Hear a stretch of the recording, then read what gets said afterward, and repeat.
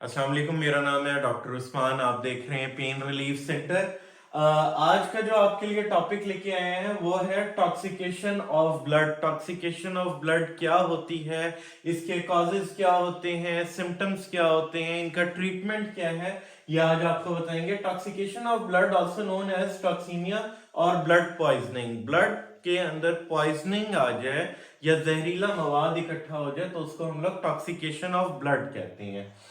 Occurs when toxins or poisonous substances enter in the bloodstream and can cause harm to the body. अगर आपकी blood के अंदर toxins add हो जाए और उसमें जो है वो आपको बॉडी जो है प्रॉपरली रिस्पॉन्ड ना करे, या फिर नॉर्मली पेशेंट ये कहते हैं कि डॉक्टर साहब मेडिसिन ले रहे हैं लेकिन कोई असर नहीं हो रहा, अफाका नहीं हो रहा, तो उस केस में हम लोग इस चीज को कहते हैं टॉक्सिकेशन ऑफ ब्लड। अब इसमें कॉजेज क्या क्या होते हैं, हो सकते हैं। सबसे पहले है कि आपको कोई बैक्टीरियल इन्फेक्शन हो जाए।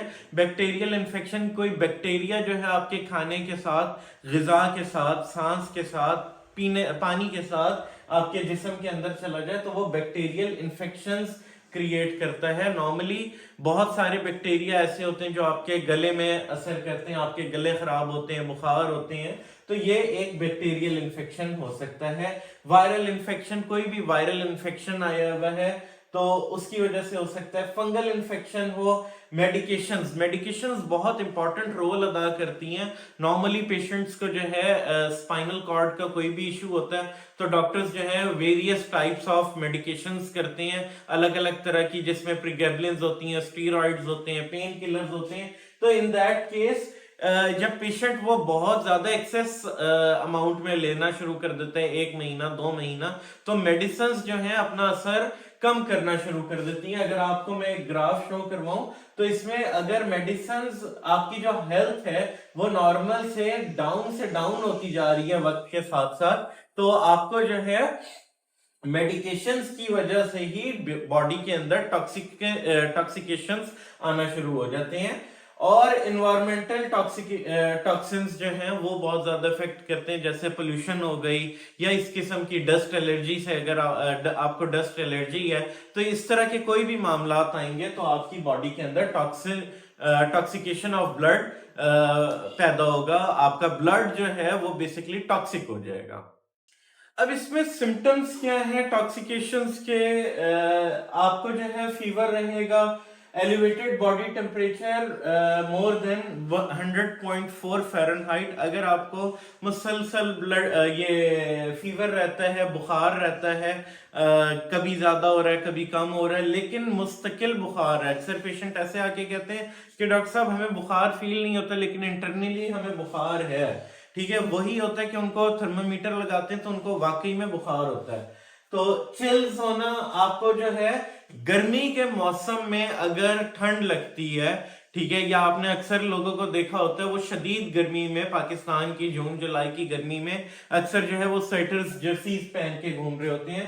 तो वो वार्म एनवायरनमेंट में अगर उनको ठंड लगती है, कपकपी होती है, तो टॉक्सिकेशन ऑफ ब्लड्स होती हैं उनको। ठीक है, हेडेक, स्वेयर हेडेक होता है, सर में दर्द रहना फजूल में, ना उनका ब्लड प्रेशर हाई रहता है, तो ये जो है उनको हेडेक रहता है। फटीग रहती है, एक्सट्रीम बॉडी में पेन्स रहते हैं, मतलब कोई रीजन नहीं होती, ना कोई रेस्टलेसनेस होती है, तो उनकी जो बॉडी है वो फटीग्ड रहती है। जिस्म में दर्द, पट्ठों में दर्द, ऐसे महसूस होता है जैसे गोश्त के अंदर दर्द हो रहा है।